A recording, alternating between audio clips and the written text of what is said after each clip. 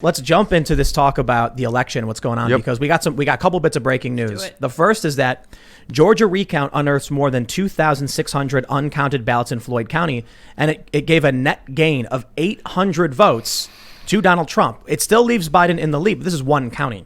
I'm not sure these kind of changes are going to be enough to push Trump over the edge. It's one county again, 800 votes. Maybe there's something going on. We had a story. This is really crazy. Out of, I think it was New Hampshire, where they did a hand recount and found a 5 to 6% bump for the Republicans. The Democrats, 0.5%. One guy got -2. How does that happen?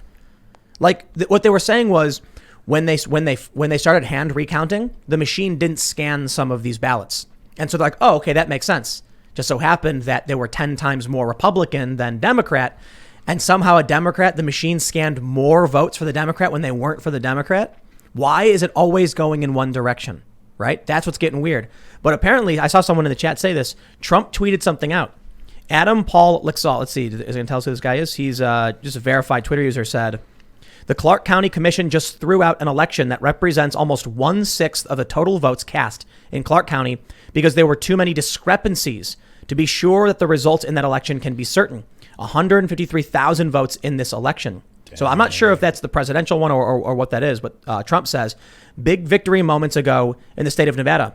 The all-Democrat county commissioner race on the same ballot as president just thrown out because of large-scale voter discrepancy. Clark County officials do not have confidence in their own election security. This is crazy. They look at Megan Messerly says, Clark County Register Joe Gloria on the Clark County Commission District C race. Quote, we have found discrepancies that we can't explain that would cast a doubt on whether or not that margin of victory is solid. If that's in the same ballot, if that's in the same ballot for president, what about all those votes? You can't just say one of the votes didn't make sense. The ballots themselves are in question. So can I just check with you? If I did the math correctly and it turns out that all of these ballots are wrong and they're 5.6% in Trump's favor, would that not be like a massive victory for him? Yes. Okay. If what we see in this New Hampshire race where the Republicans got a big boost around 5%, it was only several hundred votes because it was, very small, small areas, small communities, relatively small. But if that translated even half, if Trump got 2% across the board on average, landslide easily. He'd win like a ton of states. He'd win all the swing states. In my book about 2016 election, I interviewed somebody who worked as she was in the Democratic Party at the time, and she caucused for Bernie. And she described to me all of the nonsense that went on in Clark County. Clark County is like gangster central when it comes to elections, dude. Like Bernie's office got shot up that year. What? There was look it up. Bernie's office? Jamie, fact checked me. Okay. Yeah. Bernie's office got shot up in 2016 in Clark County. There was basically like a riot on the floor of the state level caucus for president. Whoa. They think those folks claimed that they like shut down all the parking lots in the whole area. They wouldn't let casino workers off work that day so they could go caucus.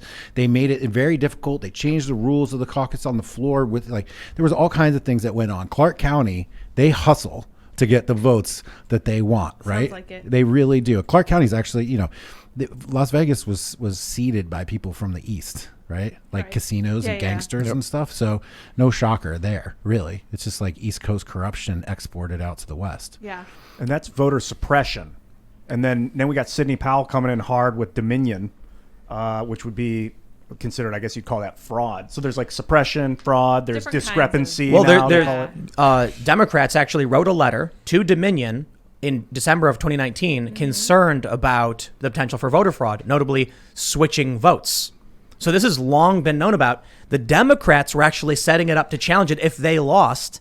Now that it's looking like Joe Biden, mum's the word. Not going to say anything. Was it just a meme that I saw? But was it just like a fake Dominion logo? Because that was fake. Yeah, the one with the two different. It was hysterical. Colors. It said like Dominion changing the way people vote or something like that. And then there was like red ones going in and blue ones coming out. Changing the way. It looked like it could have been a legit logo. It was really funny. I had to look it up because I was like, this can't be real. Can't right? be real. It's only the red one going in. There's not a blue one coming out. That's the So check this out. Trump is tweeting about Clark County. Oh snap! They're saying there's 153,000 votes in this county. It's a Democrat county, right? Is that what you're saying? I don't know, but I think it is. I think Trump was saying that, right? We just read it. I mean, city. So if they throw this out, it's going to be Trump wins Nevada.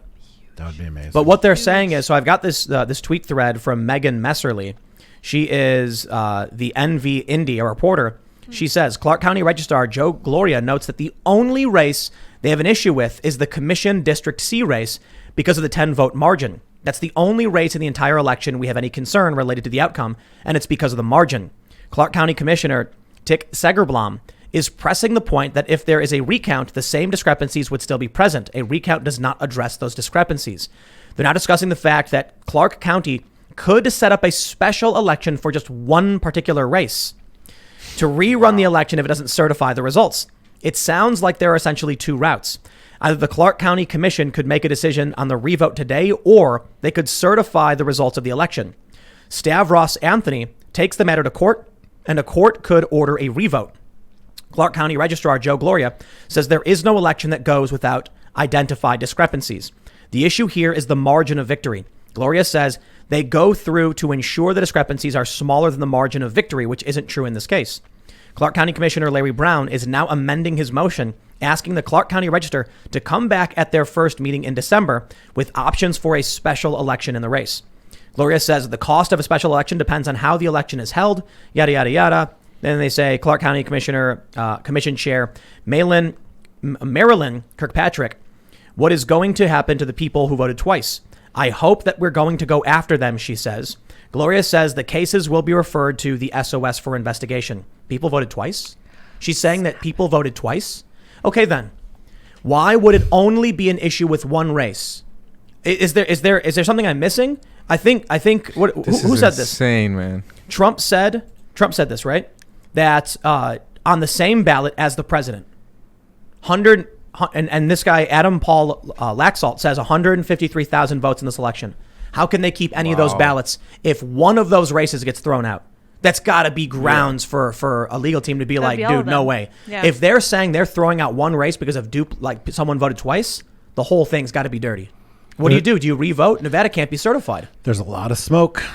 There's a lot of smoke. There's a lot of smoke. But it's funny. I mean, and not to put a wet blanket on any of this. If you I just got to stop you real quick. Twitter didn't flag Trump's tweet.